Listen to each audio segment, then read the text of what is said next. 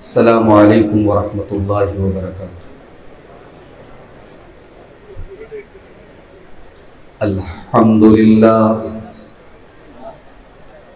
نحمده ونستعینه ونستغفره ونعوذ باللہ من شرور انفسنا ومن سیئات اعمالنا، من يهده الله فلا مضل له ومن يضلل فلا هادي له، وأشهد أن لا إله إلا الله وحده لا شريك له، وأشهد أن محمدا عبده ورسوله۔ يا أيها الذين آمنوا اتقوا الله حق تقاته ولا تموتن إلا وأنتم مسلمون۔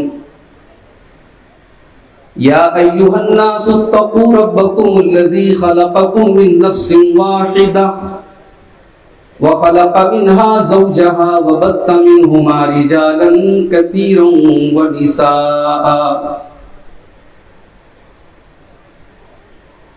واتقوا الله الذي تساءلون به والأرحام إن الله كان عليكم رقيبا۔ يا أيها الذين آمنوا اتقوا الله وقولوا قولا سديدا يصلح لكم أعمالكم ويغفر لكم ذنوبكم، ومن يطع الله ورسوله فقد فاز فوزا عظيما۔ أما بعد فإن خير الحديث كتاب الله، وخير الهدي هدي محمد صلى الله عليه وسلم، وشر الأمور محدثاتها وكل محدثة بدعة وكل بدعة ضلالة وكل ضلالة في النار۔ اعوذ باللہ من الشیطان الرجیم، بسم اللہ الرحمن الرحیم۔ یا ایہا الذین آمنوا ان من ازواجکم واولادکم عدوا لکم فاحذروہم وَإِن تَعْفُوا وَتَصْفَحُوا وَتَغْفِرُوا فَإِنَّ اللَّهَ غَفُورٌ رَحِيمٌ۔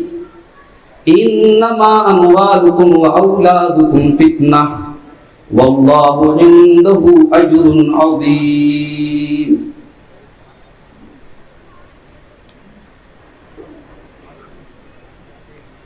تقریر شروع کرنے سے پہلے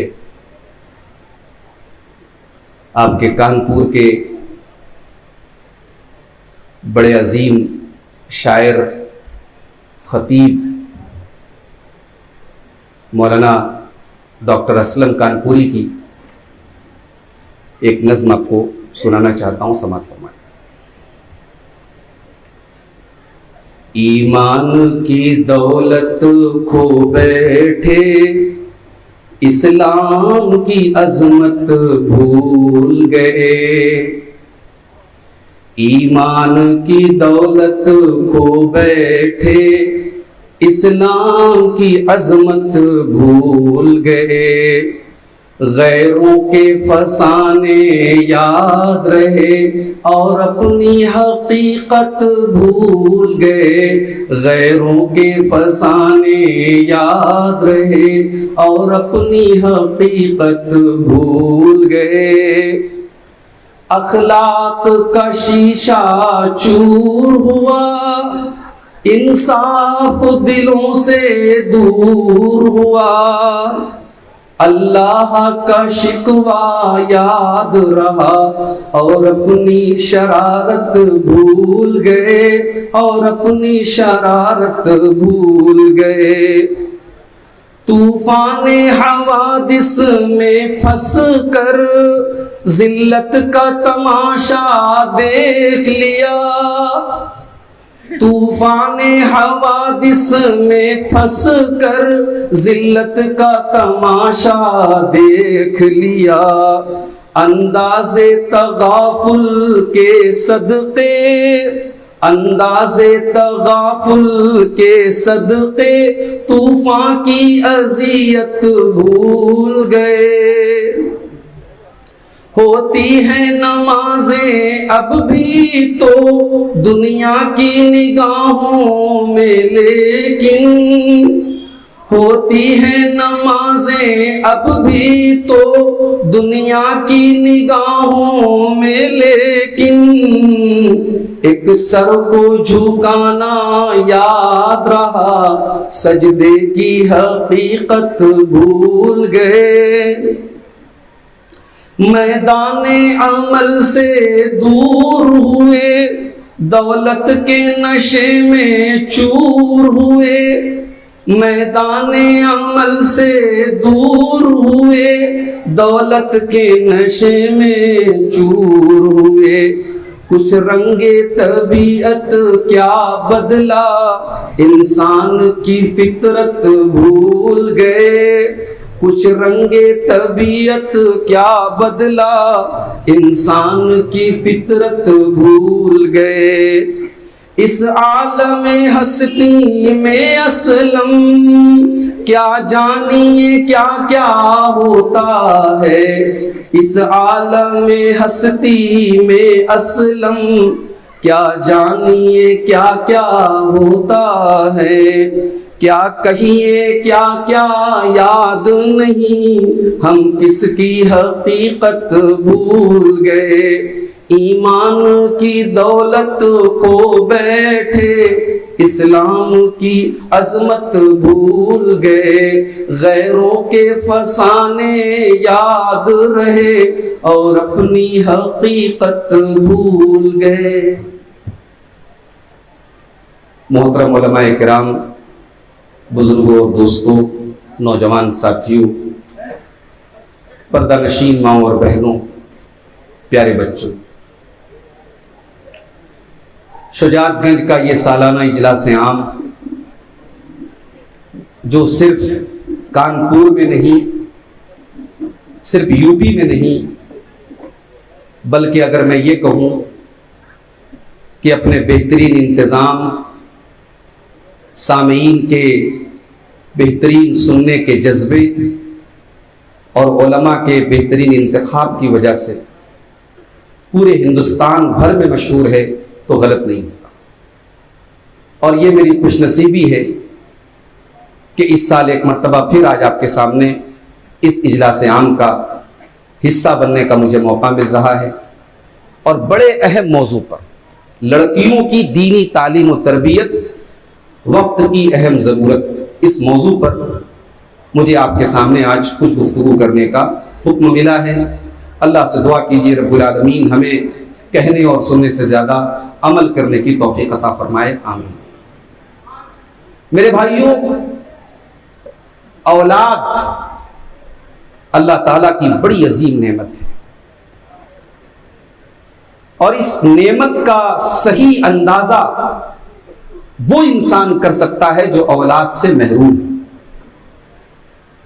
وہ مرد جس کی شادی کے کئی سال ہو گئے ہوں اور اس کی انگلیاں مچلتی ہوں کہ کوئی بچہ اس کی انگلی پکڑ کر کے اس کو اپنا بیٹا کہے اور اس کو باپ کہے.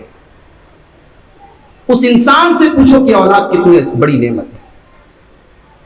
اس عورت سے پوچھو جو بیچاری ترستی ہے کہ میری گود میں بھی کوئی بچہ ہو، میں بھی ماں بننے کا شرف حاصل کروں، میری گود بھی بھر جائے، میرے آنگن میں بھی بچے کی کلکاری گونجے. اس عورت سے پوچھو کہ اولاد کتنی بڑی ہے. اس دنیا کی زندگی میں اللہ تعالیٰ نے اولاد کو زینت بنایا ہے میرے بھائی، اٹریکشن بنایا ہے. دنیا کی خوبصورتی اولاد سے. قرآن کریم کے 15ویں پارے میں سورہ کہف میں اللہ تعالیٰ نے دو چیزوں کو دنیا کی زینت قرار دیا. المال والبنون زینت الحیات الدنیا والباقیات الصالحات خیر عند ربک ثوابا وخیر املا. مال اور اولاد تمہاری دنیا کی زندگی کی زینت ہے، اٹریکشن ہے، سندرتا ہے، خوبصورتی ہے. تمہاری زندگی سے اگر مال کو نکال دیا جائے، اولاد کو نکال دیا جائے، تمہاری زندگی بلیک اینڈ وائٹ ہو جائے گی، بے رنگ ہو جائے گی، بے نور ہو جائے گی۔ بہت بڑی نعمت ہے اولاد۔ اسی لیے اللہ تعالیٰ نے اپنے نبیوں کو بھی بال بچوں والا بنایا۔ اللہ نے قرآن میں فرمایا کہ اے نبی، ہم نے آپ سے پہلے بہت سارے نبیوں کو بھیجا، وَجَعَلْنَا لَهُمْ أَزْوَاجًا وَذُرِّيَّةً، ہم نے ان کو بیوی بچوں والا بنایا، ہم نے ان کو اولاد والا بنایا۔ اللہ کے نبیوں نے اللہ سے اولاد کی دعائیں مانگی۔ ابراہیم خلیل اللہ نے جب اپنا وطن چھوڑ کر کے جانے لگے، باپ نے گھر سے نکال دیا، شہر والوں نے بستی سے نکال دیا، جب پردیسی کی زندگی گزارنے لگے، اولاد کی نعمت کا، اولاد کی ضرورت کا احساس ہوا۔ ابراہیم نے ہاتھ اٹھائے، رب ہب لی من الصالحین، پروردگار مجھے نیک بیٹا عطا فرما دے۔ یہ اولاد وہ نعمت ہے میرے بھائی، نبیوں نے اولاد مانگی ہے۔ حضرت زکریا علیہ السلام بوڑھے ہو چکے ہیں، عمر 80 کے پار ہو چکی ہے، بال سفید ہو چکے ہیں، چہرے پر جھریاں پڑ چکی ہیں، مگر اولاد کی نعمت کی تمنا دل میں رکھتے ہیں، اللہ کی بارگاہ میں دعا کرتے ہیں، اور کیا کہتے ہیں؟ رب انی وہن العظم منی واشتعل الراس شیبا ولم اکن بدعائک رب شقیا۔ اے اللہ، میرے بال سفید ہو گئے، میری ہڈیاں کمزور ہو گئیں، لیکن اے اللہ میں تجھ سے دعا مانگنا میں نے تجھ سے نہیں چھوڑا۔ اے اللہ، مجھے ایک نیک بیٹا عطا فرما دے جو میرا وارث بن سکے، جو میرے خاندان کے لوگوں کی صحیح تربیت کر سکے، ان کو صحیح راستے پر چلا سکے۔ تو اولاد وہ نعمت ہے میرے بھائی، مگر یاد رکھیے، اولاد جتنی بڑی نعمت ہے اتنی ہی بڑی آزمائش ہے۔ اولاد کے چکر میں کتنے لوگ حرام اور ناجائز کاروبار کرتے ہیں تاکہ میری اولاد کو ڈھنگ کی زندگی نصیب ہو۔ اولاد کی خوشیوں کے لیے کتنے لوگ قتل کرتے ہیں، چوری کرتے ہیں، ڈاکے ڈالتے ہیں، وہ اولاد ان کے حق میں آزمائش اور امتحان بن جاتی ہے۔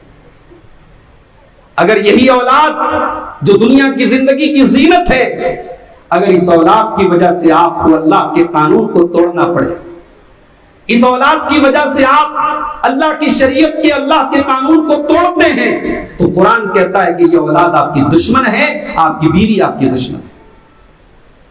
جو آیت کریمہ میں نے آپ کے سامنے پڑھی، قرآن کریم کے 28ویں پارے کی، اس آیت میں اللہ نے بڑی عجیب بات بیان فرمائی، یا ایھا الذین آمنوا ان من ازواجکم واولادکم عدوا لکم فاحذروہم۔ اے ایمان والو، تمہاری اولاد تمہاری دشمن بھی بن سکتی ہے، تمہاری بیوی تمہاری دشمن بھی بن سکتی ہے، فاحذروہم، اپنے بیوی بچوں سے بچ کر کے رہو۔ بھئی بیوی بچوں سے کون بچ کے رہتا ہے؟ بیوی اور بچے انسان کی ضرورت ہے، مگر اللہ کہہ رہا ہے بچ کر کے رہو۔ تمہاری بیوی تمہاری دشمن بن سکتی ہے، تمہارے بچے تمہارے دشمن بن سکتے ہیں۔ کب بنتے ہیں دشمن؟ اسی 28ویں پارے میں اللہ نے بیان کیا، یا ایھا الذین آمنوا لا تلھکم اموالکم ولا اولادکم عن ذکر اللہ۔ اے ایمان والو، تمہارا مال تمہیں اللہ کے ذکر سے غافل نہ کر دے، تمہاری اولاد تمہیں اللہ کے ذکر سے غافل نہ کر دے۔ مال کے چکر میں کہیں اللہ کو بھول نہ جانا، اور اولاد کے چکر میں پڑ کر کے کہیں اللہ کو بھول نہ جانا، اللہ کو ناراض نہ کرنے لگنا۔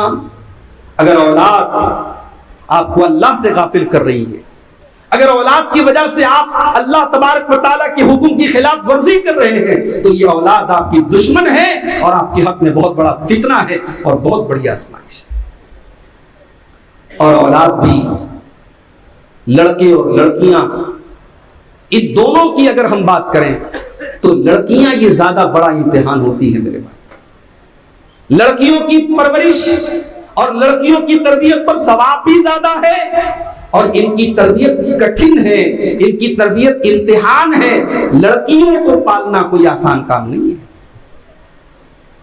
ہمیں لگتا ہے کہ آج زمانہ بڑا خراب ہے، بے پردگی کا دور ہے، مسلمان لڑکیاں مرتد ہو رہی ہیں، آج کے دور میں لڑکیوں کی پرورش کرنا چیلنج ہے۔ نہیں صاحب، لڑکیوں کی پرورش آج ہی چیلنج نہیں ہے، ہزاروں سال پہلے بھی چیلنج تھی۔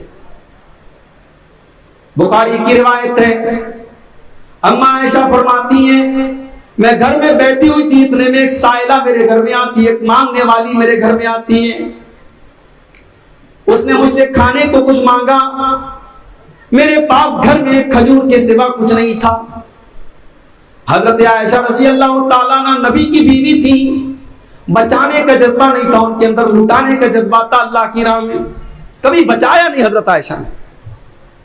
حضرت عائشہ کے پاس جو مال آتا تھا سب اللہ کی راہ میں صدقہ کر دیتے، کہتی ہے پورے گھر میں تلاش کیا، ایک کھجور ملی، وہ بھی اپنے لیے بچا کے نہیں رکھا، اس مانگنے والی کو دے دیا۔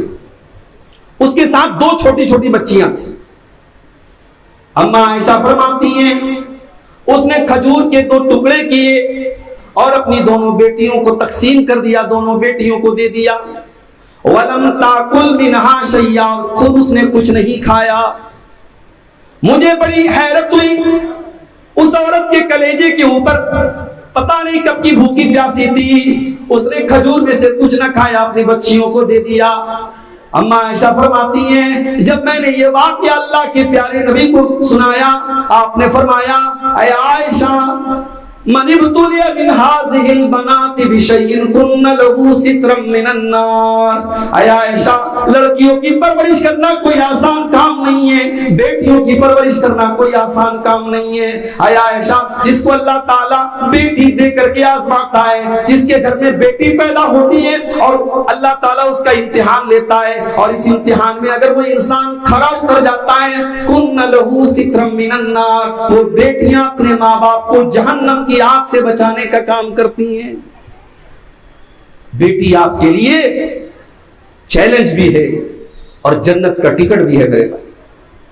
اور اللہ نے اگر کسی کو 2 بیٹی دی ہے، ہمارے یہاں اگر کسی کو پہلی اولاد لڑکی ہو گئی تو چلو بھائی پہلی اولاد لڑکی ہو گئی کوئی بات نہیں، اگر دوسری بھی لڑکی ہو جائے تو شوہر کے ماتھے پر بھی کبھی کبھی بل پڑ جاتا ہے، ساس بیچاری تیوری چڑھا لیتی ہے، سسر کو بھی ناراضگی ہو جاتی ہے، وارث نہیں ملا، پوتا نہیں آیا، پوتی کہاں سے آ گئی۔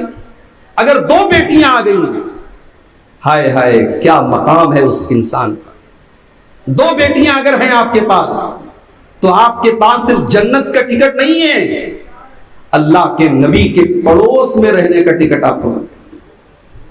ایک تو ہے کہ آپ جنت میں چلے گئے، جنت میں بھی درجات ہوں گے، کلاس ہوں گے، جنت کا جو سب سے اپر کلاس ہوگا نبیوں کا کلاس ہوگا، اور نبیوں میں بھی ہمارے نبی کے پڑوس میں رہنے کا اس انسان کو مقام ملے گا جس نے 2 بیٹیوں کی صحیح پرورش کی۔ اللہ کے پیارے نبی فرماتے ہیں، صحیح مسلم کی روایت ہے، من آل جاریتین، جس نے 2 بیٹیوں کو پالا، جس نے 2 بیٹیوں کی پرورش کی، حتی تبلغا، یہاں تک کہ وہ دونوں بیٹیاں جوان ہو گئیں، جاء یوم القیامت انا وہو کہاتین، اللہ کے پیارے نبی نے 2 انگلیوں کو اس طریقے سے دکھا کر کے فرمایا کہ وہ انسان جنت میں میرے ساتھ اسی طریقے سے رہے گا جیسے یہ دونوں انگلیاں ایک دوسرے کے ساتھ ملی ہوئی ہیں، جڑی ہوئی ہیں، اٹیچ ہیں، وہ انسان جنت میں بالکل مجھ سے اٹیچ ہو کر کے رہے گا، میرے ساتھ رہے گا۔ یہ ہے لڑکیوں کی پرورش پر اجر و ثواب۔ ایک حدیث آپ کو سناتا ہوں، اور بڑی عجیب بات یہ ہے کہ اس حدیث میں لڑکی کا کہیں ذکر نہیں ہے، اور امام بخاری اس حدیث کو لائے ہیں صحیح بخاری کے اندر کتاب العلم کے اندر، اور امام بخاری نے اس حدیث کے اوپر جو چیپٹر قائم کیا ہے، جو باب قائم کیا ہے کہ انسان کو اپنے گھر والوں کو دین کی تعلیم دینا چاہیے، اپنی فیملی کو دین کی تعلیم دینا چاہیے، جبکہ پوری حدیث میں فیملی کا ذکر نہیں۔ آئیے پہلے حدیث پڑھ کے سنا دیتا ہوں۔ اللہ کے پیارے نبی فرماتے ہیں ثلاثۃ لہم اجران، 2 لوگ ایسے جن کو ڈبل ثواب ملے گا، 2 لوگ ایسے جن کو ڈبل ثواب ملے گا۔ العبد المملوک، ایک وہ انسان جو کسی کا غلام ہو، ادا حق اللہ و حق موالیہ، اس نے اللہ کا بھی حق ادا کیا ہو اور اپنے مالک کا بھی حق ادا کیا ہو، اس غلام کو اللہ تبارک و تعالی ڈبل ثواب دے گا۔ وَرَجُلٌ مِّنْ أَهْلِ الْكِتَابِ، اور وہ انسان جو اہل کتاب میں سے ہو، یہودیوں میں سے ہو، عیسائیوں میں سے ہو، آمن بنبیہ و آمن بمحمد، اس نے اپنے نبی کے اوپر بھی وہ ایمان لایا اور محمد رسول اللہ کے اوپر بھی وہ ایمان لایا۔ وہ عیسائی اسلام قبول کر لے، وہ یہودی اگر اسلام قبول کر لے اس کو ڈبل ثواب ملے گا۔ اور تیسرا انسان وَرَجُلٌ كَانَتْ عِندَهُ أَمَةٌ، اور وہ انسان جس کے گھر میں لونڈی ہو، جس کے گھر میں لونڈی ہو، فَعَدَّبَهَا فَأَحْسَنَ تَعْدِيبَهَا، اور اس نے اپنی لونڈی کی صحیح تربیت کی ہو، وَعَلَّمَهَا فَأَحْسَنَ تَعْلِيمَهَا، اور اس کو اچھی تعلیم دلائی ہو اور پھر اس کو آزاد کر کے اس سے نکاح کر لیا ہو۔ اب آپ نے پوری حدیث سن لی، حدیث میں فیملی کا ذکر نہیں ہے، لیکن امام بخاری اس حدیث سے کیا دلیل نکال رہے ہیں کہ انسان کو اپنے گھر والوں کو دین کی تعلیم دینا چاہیے۔ امام بخاری کہنا یہ چاہتے ہیں کہ جب اپنی لونڈی کو تعلیم دینے والا اور اپنی لونڈی کو صحیح تعلیم اور تربیت دینے والا جب اس کو اللہ تبارک و تعالیٰ ڈبل ثواب دے گا، تو جو آپ کی اولاد ہے، جو آپ کی بٹیا ہے، جو آپ کی لڑکی ہے، جب آپ اس کو دینی تعلیم دیں گے تو سوچو آپ کو کتنا ثواب دے گا۔ میرے عزیزوں، میرے بھائیوں، اس وقت حالات کیا ہے؟ اس وقت ہمارے ملک کے حالات یہ ہیں کہ ہماری قوم کی لڑکیاں ایک بڑی تعداد میں ایک ٹریپ کا شکار ہو رہی ہیں، جس کو ہم کہہ سکتے ہیں لو ٹریپ، جس کو ہم کہہ سکتے ہیں پیار کا جال، محبت کا جال، عشق کا جال، اور اس جال میں ان کو پھنسانے کے بعد صرف یہی نہیں کہ ان کی عزت و حرمت کو لوٹا جاتا ہے، وہ اپنے گھر سے اپنے باپ اور اپنے خاندان کی عزت پر دھبا لگا کر کے نکلتی ہیں، بلکہ وہ باقاعدہ اسلام کو چھوڑ کر کے مرتد ہو جاتی ہیں، اسلام کو چھوڑ کر کے وہ کفر کی طرف چلی جاتی ہیں، اسلام سے نکل جاتی ہیں۔ اور یاد رکھو، ایک انسان اگر پہلے سے کافر ہے اور مشرک ہے، وہ اتنا بڑا مجرم نہیں ہے اسلام کی نظر میں، جتنا بڑا مجرم وہ انسان ہے جو اسلام میں آنے کے بعد مرتد ہو جائے۔ اگر اسلامی حکومت ہے تو ایسے انسان کی سزا سزائے موت ہے۔ اللہ کے نبی فرماتے ہیں من بدل دینہ فاقتلوہ، جو اپنے دین کو بدل ڈالے اس کو قتل کرو۔ اتنا سخت کیوں ہے یہ قانون اسلام کا؟ اسلام یہ کہتا ہے کہ دین کے معاملے میں آزادی ہے، کوئی کسی بھی مذہب پر عمل کر سکتا ہے، لیکن جب تم نے اسلام کو قبول کر لیا تو سوچ سمجھ کر کے قبول کرو۔ اب اسلام کو قبول کرنے کے بعد، اب مسلمان ہونے کے بعد، اب اسلام سے نکلنے کی تمہیں پرمیشن نہیں ہوگی۔ اگر اسلامی حکومت کے اندر تم نے یہ اپرادھ کیا تو تمہاری سزا سزائے موت ہے، تمہیں ڈیتھ پنشمنٹ ملے گا، تمہیں زندگی تمہاری ختم کر دی جائے۔ اور یہاں ایک نقطہ اور یاد رکھیے، اسلام کی نظر میں کوئی اگر مرتد ہو جائے تو اتنا بڑا گناہ ہے، اسلام یہ کہتا ہے اس کو قتل کر دیا جائے۔ اور اس کا انجام کیا ہوگا آخرت میں؟ قرآن کریم کا دوسرا پارہ اٹھاؤ، وَلَا يَزَالُونَ يُقَاتِلُونَكُمْ حَتَّى يَرُدُّوكُمْ عَنْ دِينِكُمْ۔ اے مسلمانوں، یہ کافر تم سے لڑائی اسی لیے کرتے ہیں تاکہ تم کو اسلام سے ہٹا دے، تم کو مرتد کر دیں۔ وَمَن يَرْتَدِدْ مِنْكُمْ عَنْ دِينِهِ وَمَن يَرْتَدِدْ مِنْكُمْ عَنْ دِينِهِ فَيَمُتْ وَهُوَ كَافِرٌ، اور جو انسان اسلام سے مرتد ہو جائے اور مرتد ہونے کی حالت میں اس کا انتقال ہو جائے، اسی حالت میں وہ مر جائے، اللہ فرماتا ہے فَأُولَٰئِكَ حَبِطَتْ أَعْمَالُهُمْ فِي الدُّنْيَا وَالْآخِرَةِ، ان کی تمام نیکیاں برباد ہو جائیں گی۔ وَأُولَٰئِكَ أَصْحَابُ النَّارِ هُمْ فِيهَا خَالِدُونَ، اور وہ ہمیشہ ہمیشہ جہنم میں رہیں گے۔ مرتد کی سزا دنیا میں قتل ہے اور آخرت میں سزائے، آخرت میں ساری نیکیاں برباد اور ہمیشہ کے لیے جہنم میں رہیں گے۔ آج ہماری قوم کی بیٹیاں مرتد ہو رہی ہیں، ہماری قوم بریانی کھانے میں مگن ہے، شادی بیاہ پر کروڑوں روپے خرچ کرنے پر مگن ہے۔ اس قوم کے ماتھے پر کوئی بل نہیں آ رہا، اس قوم کے کانوں پر جو نہیں رینگ رہی کہ ہماری قوم کی لڑکیاں آج یعنی وہ جرم کر رہی ہیں جو اسلام کی نظر میں جس کی سزا سزائے موت ہے۔ اور ایک بات یہ بھی یاد رکھو، اگر ہم آج اس مسئلے پر بول رہے ہیں تو اس کا مطلب یہ نہیں کہ اسلام کو خطرہ ہے، اسلام کو کبھی خطرہ نہیں ہے۔ اگر دنیا میں جتنے مسلمان ہیں سب مرتد ہو جائیں، اللہ کے سامنے ایک انسان بھی سر نہ جھکائے، تو کیا اللہ کی شان میں کوئی کمی آ جائے گی؟ نہیں، نہ اللہ کی شان میں کوئی کمی آئے گی، نہ اس کے پاور میں کوئی کمی آئے گی، نہ اس کی سلطنت میں کوئی کمی آئے گی۔ اللہ تبارک و تعالیٰ فرماتا ہے، حدیث قدسی کے الفاظ ہیں، اللہ کے نبی فرماتے کہ اللہ تعالیٰ فرماتا ہے، یا عبادی لو ان اولکم وآخرکم وانسکم وجنکم کانوا علی اتقى قلب رجل واحد منکم ما نقص من ملکی شیئا ما زاد فی ملکی شیئا۔ اے میرے بندو، اگر ساری کی ساری دنیا کے انسان اور جنات اگر مل کر کے متقی بن جائیں، پرہیزگار بن جائیں، اللہ سے ڈرنے والے بن جائیں، ما زاد فی ملک کی شیعہ، اللہ کی حکومت میں کوئی بڑھوتری ہونے والی نہیں ہے، کوئی اضافہ ہونے والا نہیں ہے، اور ساری کی ساری دنیا کے انسان اور جنات جو پہلے پیدا ہو چکے اور جو بعد میں پیدا ہونے والے ہیں، وہ سب کے سب مل کر کے اگر فاسق و فاجر ہو جائیں، اللہ کے نافرمان ہو جائیں، گناہگار ہو جائیں، ما نقص من ملک کی شیعہ، اللہ کی حکومت میں کوئی کمی آنے والی نہیں ہے، اللہ کو کوئی فرق نہیں پڑتا ہے۔ اور اگر ہم مرتد ہو گئے تو سورہ مائدہ کی آیت نمبر 54 میں تو اللہ نے یہاں تک فرمایا کہ اگر تم مرتد ہو گئے تو اللہ دوسری قوم کو پیدا کرے۔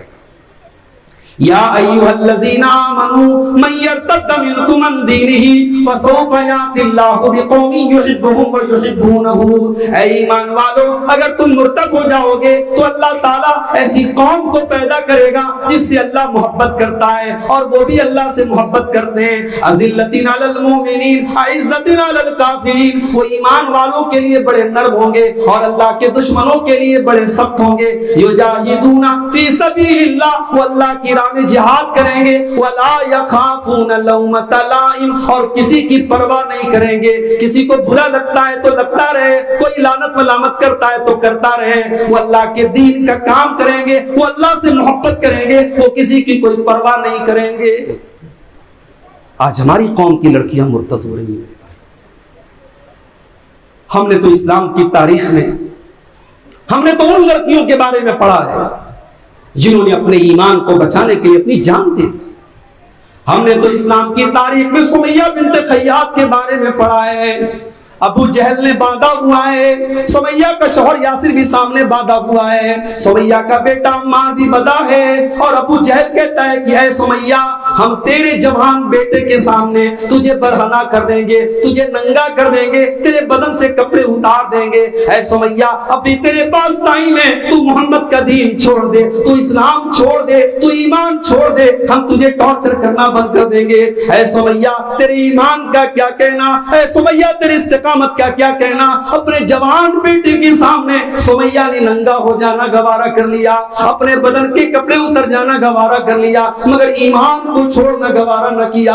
اور دنیا کی نظروں نے دیکھا، چشمے فلک نے وہ منظر بھی دیکھا، جوان بیٹے کے سامنے اس کی ماں کو بڑی بے دردی سے شہید کر ڈالا گیا۔ سمیہ نے اپنے خون کے چھینٹے بکھیر دیے، سمیہ نے اپنی جان دے دی، مگر میرے پیارے بھائیوں، اپنے ایمان کا سمجھوتا نہ کیا، اپنے دین سے کوئی کمپرومائز نہ کیا۔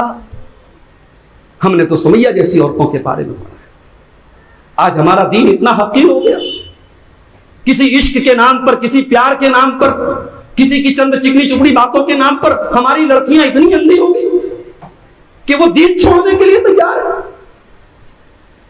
او میری پیاری بہنوں، کبھی آئینے کے سامنے کھڑے ہو کر کے اپنی خوبصورتی کو نہارنے لگو، اپنی خوبصورتی پر فخر کرنے لگو، تو ذرا اما عائشہ کی سیرت بھی پڑھ لینا، ذرا حضرت فاطمہ کی سیرت بھی پڑھ لینا، ذرا نبی کی ان صحابیات کی سیرت بھی پڑھ لینا جنہوں نے اپنی زندگی پر اپنے ایمان کو بچا کے رکھا۔ وہ میرے نوجوان بھائیوں، حضرت بلال کو دیکھو، وہ تمہاری طرح کوئی ہینڈسم و خوبصورت تو نہیں تھے، وہ حبشہ کے رہنے والے تھے، کالے کلوٹے تھے، لیکن اللہ تعالیٰ نے ان کے سینے میں کتنا مضبوط ایمان دیا تھا۔ جب بلال کو ان کا مالک عرب کے تپتے ہوئے صحرا پہ لٹا دیا کرتا تھا، ان کے سینے پر گرم پتھر رکھ دیتا تھا اور بلال سے کہتا تھا، اے بلال، ہم تجھے یہ تکلیف دینا بند کر دیں گے، ہم تجھے ٹارچر کرنا بند کر دیں گے، اے بلال، بس ایک شرط ہے، تو محمد کے دین کو چھوڑ دے، تو ہمارے 360 معبودوں کی عبادت کا اقرار کر لے. اے بلال تیرے سینے پر گرم پتھر رکھا ہے, تیرے پیٹ کی چربی اس گرم تپتی ہوئی ریت پر پگھل رہی ہے, مگر بلال تیری زبان سے بس ایک ہی لفظ نکل رہا ہے, احد احد, میرا اللہ ایک ہے, میرا معبود ایک ہے. بلال کے سینے کی چربی پگھلتی ہے تو پگھل جائے, بلال کی جان جاتی ہے تو چلی جائے. بلال اپنے رب کی توحید کو چھوڑنے والا نہیں ہے. وہ ایمان کہاں گیا میرے بھائی؟ آج تو ہمارا ایمان چند ٹکوں میں بکتا ہے, اور آج ہماری حالت دیکھ کر کے ہمیں پیارے نبی کی وہ حدیث یاد آتی ہے. صحیح مسلم کے اندر یہ حدیث موجود ہے. اللہ کے پیارے نبی فرماتے ہیں بادروا بالاعمال فتنا كقطع الليل المظلم, او لوگوں عمل میں جلدی کرو, نیکیوں میں دیر نہ کرو, نیکیوں میں تاخیر نہ کرو, اس سے پہلے کہ فتنوں کا دور آ جائے.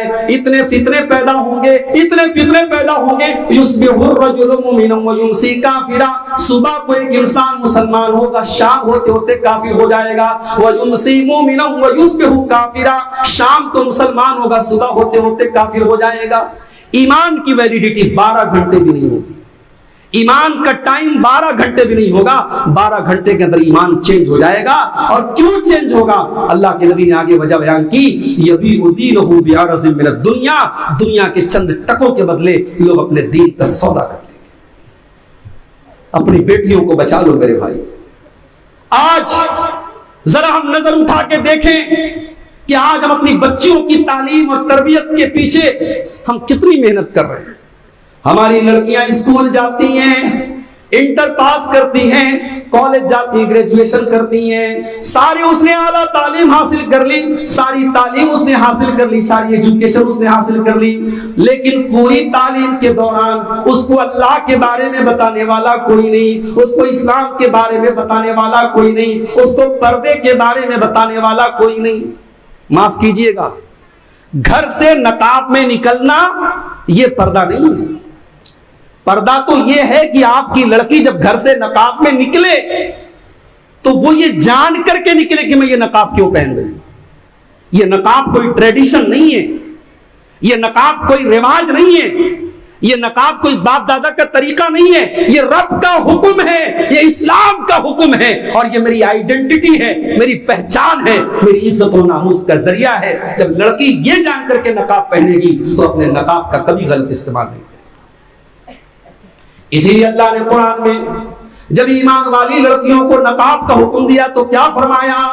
یا ایھا النبی قل لازواجک وبناتک ونساء المؤمنین یدنین علیہن من جلابیبہن. اے نبی اپنی بیویوں سے کہہ دو, اپنی بیٹیوں سے کہہ دو, اور تمام مسلمان عورتوں سے کہہ دو جب وہ اپنے گھر سے نکلا کریں تو اپنے اوپر چادر ڈال لیں, اپنے اوپر نقاب ڈال لیں, اپنے اوپر جلباب ڈال لیں. ذالک ادنی ان یعرفن فلا یؤذین, یہ پردہ ان کی پہچان بن جائے گا, یہ پردہ دنیا کو بتائے گا ہم عزت دار گھروں کی لڑکیاں ہیں.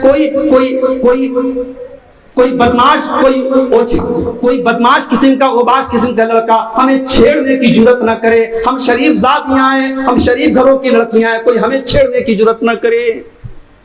اگر آپ نے یہ تعلیم اپنی بیٹی کو دی ہوئی تو وہ بیٹی نقاب پہن کر کے کسی مشرک کے ساتھ زناکاری اور بدکاری کے راستے پر نہیں جائے گی. اپنی بیٹیوں کو جب آپ تعلیم دیں تو اس تعلیم میں میرے بھائیوں 2 چیزیں بنیاد ہونی چاہیے. لڑکیوں کی تعلیم میں 2 چیزیں بنیاد ہونی چاہیے.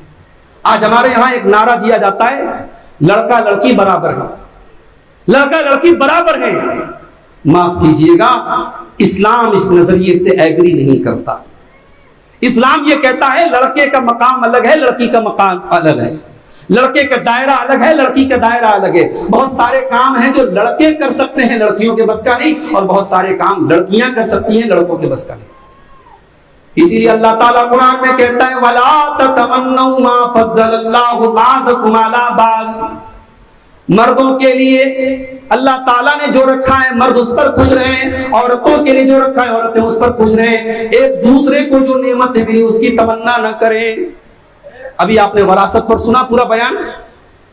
بہت ساری عورتوں کو اس پر بھی شکایت ہے کہ بھائی ہمیں پراپرٹی میں بہن کو بھائی کا آدھا کیوں مل رہا ہے. بہت سارے لوگوں کو اس پر بڑا اعتراض ہے بہن کو بھائی کا آدھا کیوں مل رہا ہے. آپ یہ کیوں بھول جاتی ہیں کہ کما کے لانے کی ذمہ داری بھائی کی ہے، بہن کی نہیں؟ بہن کو تو باپ کا بھی حصہ مل رہا ہے، اور پھر شوہر مر گیا تو شوہر کا بھی ملے گا، بیٹا مر گیا تو بیٹے کا بھی ملے گا، اس کو ہر طرف سے مل رہا ہے، اور اس کو کہیں خرچ نہیں کرنا ہے۔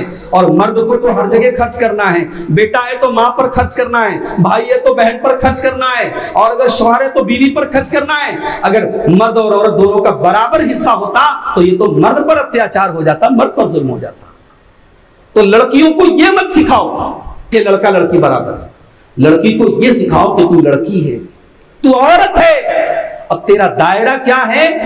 تجھے گھر بنانا ہے، تجھے ایک بہترین گرہنی بننا ہے، ایک بہترین ہوم میکر بننا ہے، تجھے گھر سنبھالنا ہے، تجھے اپنی زندگی میں آگے چل کر کے اپنی فیملی کو ایک دیندار فیملی بنانا ہے۔ اسی لیے اللہ کے نبی فرماتے ہیں المرأۃ عورۃ، عورت چھپانے کی چیز ہے، عورت پردے میں رہنے کی چیز ہے، اذا خرجت، جب یہ بے پردہ ہو کر کے نکلتی ہے، استشرفها الشیطان، تو شیطان اس کے پیچھے لگ جاتا ہے۔ یہ بنیادی تعلیم ہے جو آپ کو اپنے بچیوں کو دینا ہے۔ عورت کو عورت بن کر کے رہنا ہے، اس کو یہ سکھانا ہے بچپن سے کہ تو ایک لڑکی ہے، ایک عورت ہے۔ آپ کی لڑکی 8 سال کی ہو جائے، 10 سال کی ہو جائے، اب دھیرے دھیرے سمجھدار ہونے لگی ہے، اب اس کو پورے کپڑے پہنانا شروع کر دو، اب یہ کہہ کر کے چھوٹے کپڑے نہ پہناؤ کہ ابھی تو چھوٹی ہے، اب وہ سمجھدار ہونے لگی ہے، اب اسے سکھاؤ کہ تیرا پورا بدن ڈھکا رہنا چاہیے، تو لڑکی ہے، اور جب تو کل جوان ہو جائے گی، تو بالغ ہو جائے گی، جب تو گھر سے نکلے گی تو تجھے سر سے پیر تک ڈھک کر کے نکلنا پڑے گا۔ یہ تربیت آپ کو اپنی بچیوں کو دینا ہے، اس کو مکمل لباس پہناؤ۔ اگر آپ نے 10 سال کی لڑکی کو منی اسکرٹ پہنایا اور چھوٹے چھوٹے کپڑے پہنائے تو کل جب وہ 18 سال کی ہو جائے گی تب بھی اسے وہی کپڑے اچھے لگیں گے، کیونکہ آپ نے اس کو عادت ڈالی ہے۔ اللہ کے نبی کی سالی حضرت اسماء رضی اللہ تعالیٰ عنہ ایک مرتبہ آپ سے ملنے کے لیے آتی ہیں۔ ابھی پردے کا حکم نازل نہیں ہوا تھا، ابھی پردے کا حکم نازل نہیں ہوا تھا، صحابہ اور صحابیات ایک دوسرے کو دیکھا کرتے تھے۔ حضرت اسماء آتی ہیں، اللہ کے نبی کی نظر اپنی سالی کے اوپر پڑتی ہے۔ حضرت اسماء نے ایسا کپڑا پہنا تھا وہ جس سے ان کا بدن جھلک رہا تھا، یعنی کپڑا پتلا تھا، کپڑا باریک تھا۔ اللہ کے پیارے نبی نے نظر گھما دی، آپ نے نظر گھما لی اور آپ نے فرمایا یا اسماء ان المرأۃ اذا بلغت المشیز، اے اسماء جب عورت جوان ہو جائے، جب عورت بالغ ہو جائے تو 2 چیزوں کے علاوہ اس کے بدن کا کوئی حصہ نظر نہیں آنا چاہیے۔ آپ نے ہتھیلی کی طرف اور چہرے کی طرف اشارہ کر کے فرمایا کہ ہتھیلی اور چہرے کے علاوہ کچھ نظر نہیں آنا چاہیے۔ یہ پردے کے پہلے کا حکم تھا۔ اب جب پردے کی آیت نازل ہو گئی تو ہتھیلی اور چہرہ بھی صرف محرم کو نظر آنا چاہیے، غیر محرم کو تو ہتھیلی اور چہرہ بھی نظر نہیں آنا چاہیے، اسے چھپانا چاہیے۔ جب آپ لڑکیوں کی تعلیم اور تربیت کریں تو یہ سبق میرے بھائیوں آپ کو بچپن سے ان کی گھٹی میں پلانا چاہیے۔ آپ کو اپنی لڑکیوں کو یہ تعلیم بھی دینی چاہیے کہ بلا ضرورت گھر سے نکلنا یہ تیرا کام نہیں ہے۔ تیرا رب قرآن میں کہتا ہے وَقَرْنَ فِي بُيُوتِكُنَّ وَلَا تَبَرَّجْنَ تَبَرُّجَ الْجَاهِلِيَّةِ الْأُولَىٰ، اے مسلمان عورتوں تم عزت کے ساتھ اپنے گھر میں رہا کرو، اور گھر سے بناؤ سنگار کر کے میک اپ کر کے سج دھج کر کے نہ نکلا کرو۔ شاعر کہتا ہے تو چراغے کھانا تھی اب رونق محفل ہوئی، تو چراغے کھانا تھی اب رونق محفل ہوئی، دیکھ کے گوہر کر لیے تو نے خزف رز قبول۔ اے مسلمان عورت تو گھر کی زینت تھی، تو گھر کو روشن کرنے والی تھی، آج پوری دنیا کو روشن کر رہی ہے۔ تو نے قیمتی جواہرات کو دیکھ کر کے کنکر پتھر لے لیے ہیں، تو نے اپنے مقام کو کھو دیا ہے۔ آج دنیا کہتی ہے ہم نے عورت کو بڑا اونچا مقام دے دیا، بڑی عزت دے دی ہم نے عورت کو۔ کیا عزت دی آپ نے؟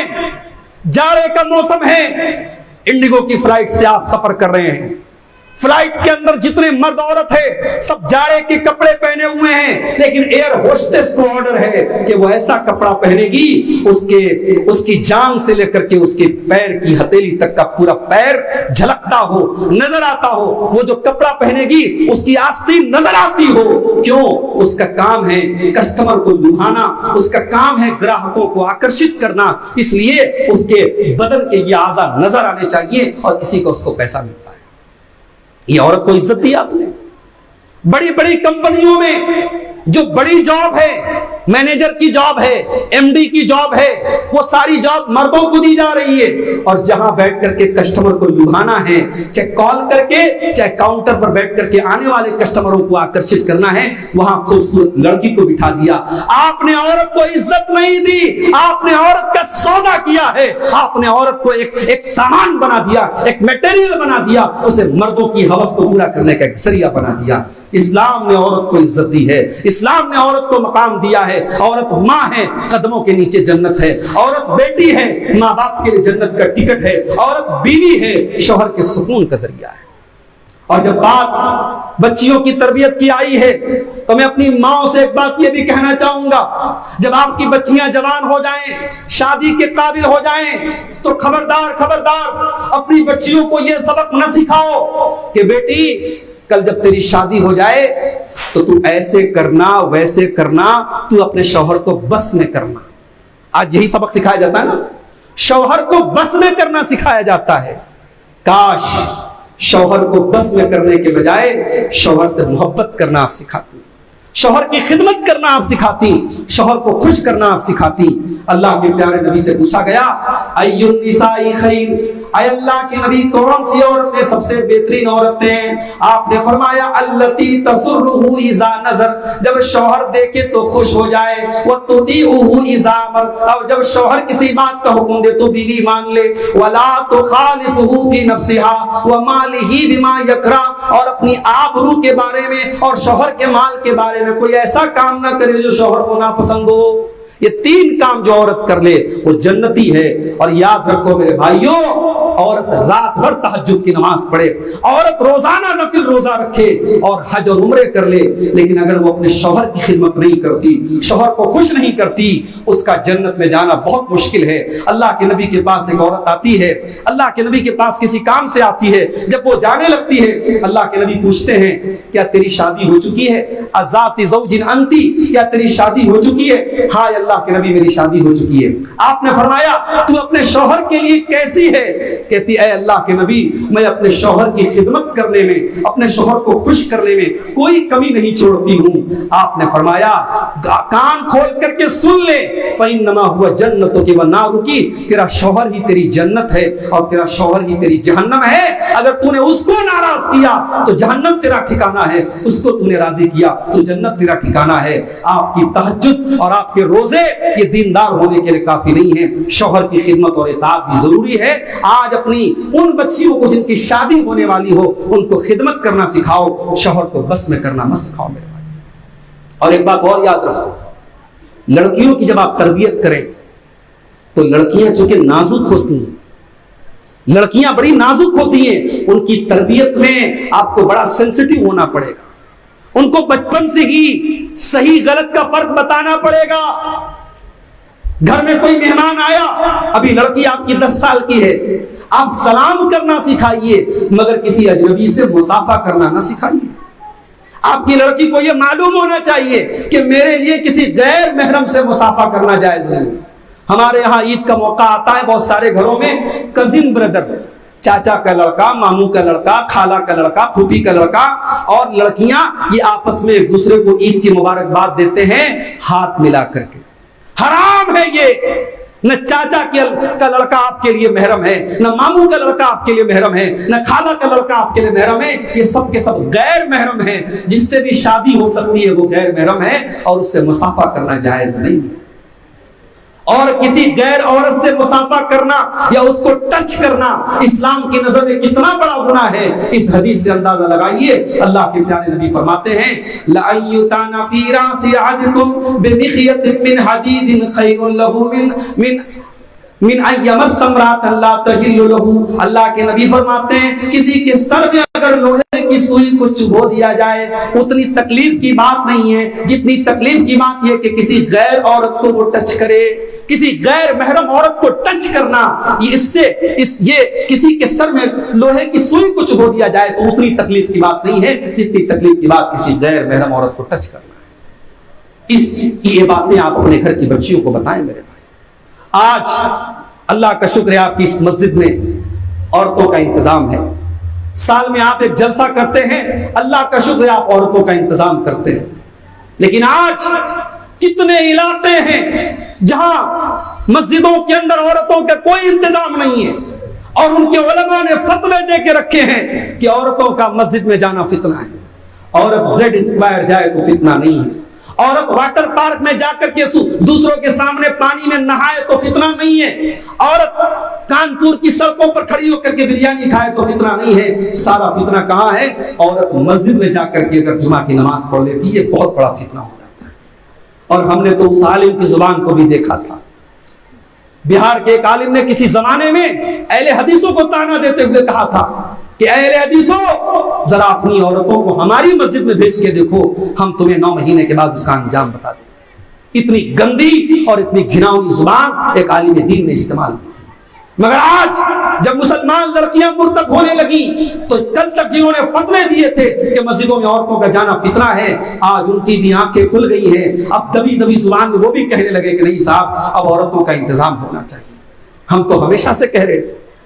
اعظم گڑھ کے علاقے میں گیا، ایک اہل حدیثوں کی بستی تھی، بڑی شاندار مسجد تھی۔ لوگوں نے بتایا کہ ہمارے یہاں جمعہ کی نماز میں عورتوں کا انتظام نہیں ہوتا، عید کی نماز میں عورتوں کا انتظام نہیں ہوتا۔ میں نے تقریر میں کہا اور بڑے سخت انداز میں کہا کہ اگر آپ اپنے آپ کو اہل حدیث کہتے ہیں اور آپ کی عید کی نماز میں عورتوں کا انتظام نہیں ہے تو معاف کیجئے، آپ کی اہل حدیثیت بہت کچی ہے، بہت کمزور ہے، آپ نے اہل حدیث کا مطلب ہی نہیں سمجھا۔ میں نے کہا اللہ کے نبی نے مردوں کے لیے اتنی تاکید نہیں کی عیدگاہ میں جانے کی جتنی عورتوں کی ہے، اور میں نے کہا جمعہ کی نماز میں آپ ہر حال میں اپنے یہاں عورتوں کا انتظام کیجئے۔ جمعہ کے خطبے کو آپ ہلکے میں مت لیجئے میرے بھائیوں، سال میں 52 جمعہ کے خطبے ہوتے ہیں۔ اگر آپ کے گھر کی عورتیں سال کے کسی جلسے میں نہ جائیں، کسی تقریر میں نہ جائیں، صرف جمعہ کے خطبے میں اگر آپ اپنی عورتوں کو بھیجیں تو 52 جمعہ کے خطبے میں وہ 52 مرتبہ دین کی باتیں سنیں گی اور بڑی اہم باتیں دین کی سیکھیں گی۔ اور اگر یہ دین سیکھ لیا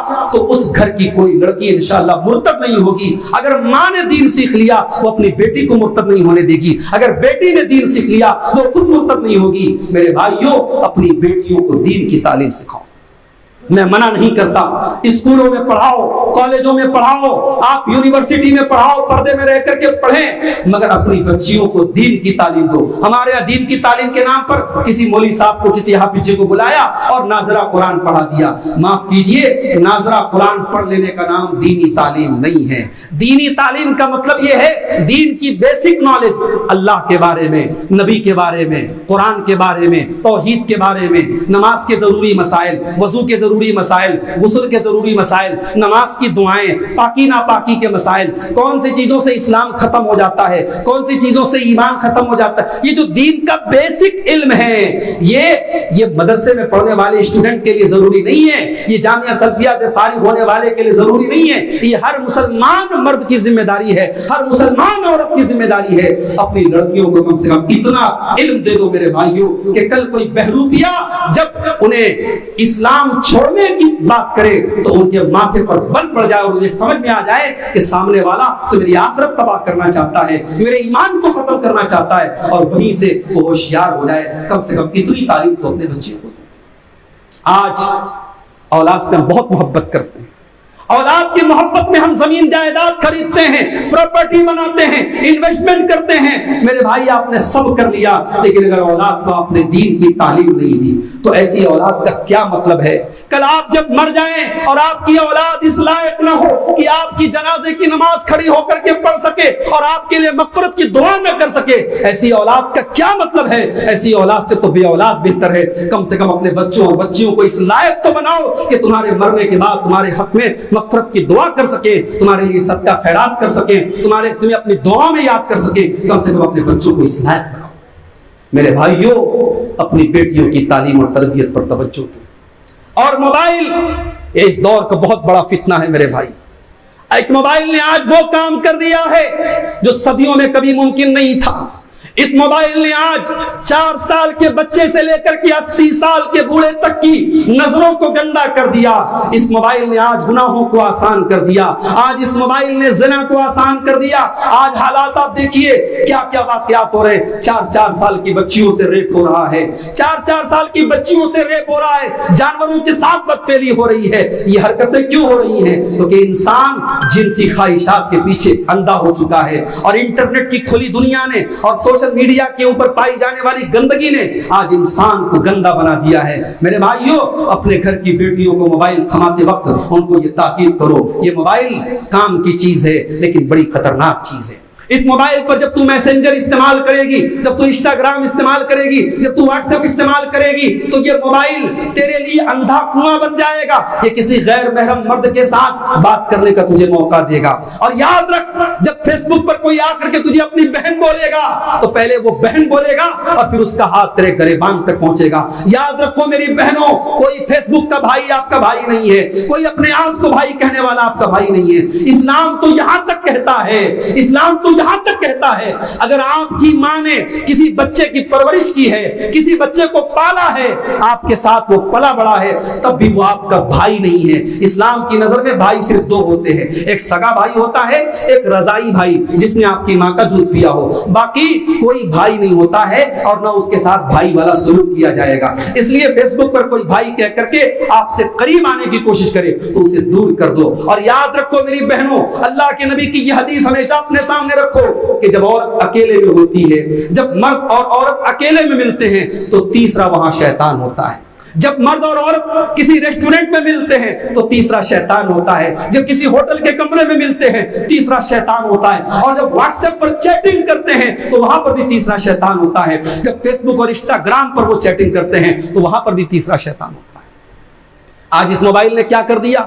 آج ہمارے اور آپ کے گھروں کی لڑکیاں انسٹاگرام پر ویڈیوز ڈال رہی ہیں، واٹس ایپ کے اسٹیٹس پر اپنے فوٹوز ڈال رہی ہیں. اور بعض ماشاءاللہ بڑی سمجھدار ہیں، سج دھج کر کے، لہنگا پہن کر کے، میک اپ کر کے، چوڑی پہن کر کے، سب کچھ کر کے اپنا فوٹو اسٹیٹس پر ڈالیں گی. بس ایک احسان یہ کریں گی کہ چہرے کی جگہ ایک بڑا سا اسٹار بنا دیں گی کہ صاحب ہم نے چہرے کو چھپا دیا. یہ 2 رنگی چھوڑ دو میری بہنوں. اسلام کی نظر میں صرف تمہارے چہرے کا پردہ نہیں ہے، تمہارے جسم کے زیورات کا بھی پردہ ہے، تمہارے لہنگے کا بھی پردہ ہے، تمہارے بدن کے ہر عضو کا پردہ ہے. اسٹیٹس پر اپنے فوٹو ڈالنا بند کر دو، انسٹاگرام پر اپنے ویڈیوز ڈالنا بند کر دو. اللہ قرآن میں کہتا ہے ان الذین یحبون ان تشیع الفاحشۃ فی الذین آمنوا لہم عذاب علیم فی الدنیا والآخرہ. جو لوگ مسلمانوں کے درمیان بے حیائی پھیلاتے ہیں، بے شرمی پھیلاتے ہیں، ان کے لیے دنیا میں بھی عذاب ہے اور آخرت میں بھی عذاب ہے. یہ تو ہماری لڑکیاں مرتد ہو رہی ہیں، یہ دنیا میں عذاب ہے. آج ہماری قوم کی عزت و ناموس خطرے میں چلی گئی. آج ہم پوری دنیا میں ذلیل ہو رہے ہیں. یہ اللہ کا عذاب ہے جو ہم پر برس رہا ہے کیونکہ آج ہم نے اس بے غیرتی کو برداشت کیا.